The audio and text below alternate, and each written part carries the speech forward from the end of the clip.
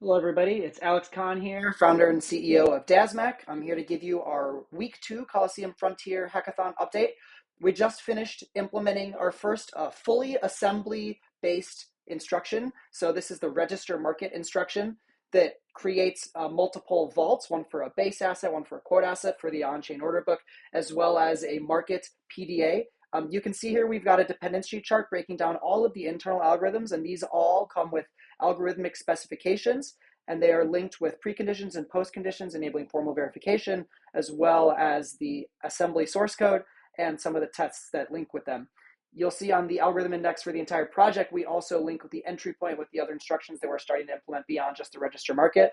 You can read about all the macros that enable our assembly programming stack, as well as the testing framework at docs.dropset.io. That's right here.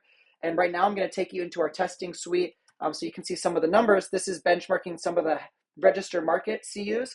And when we have the base and the quote token are both SPL tokens, we can open 3 accounts, register 2 ATAs, do all the data initialization for under 11,000 CUs, and that's the power of SBPF assembly.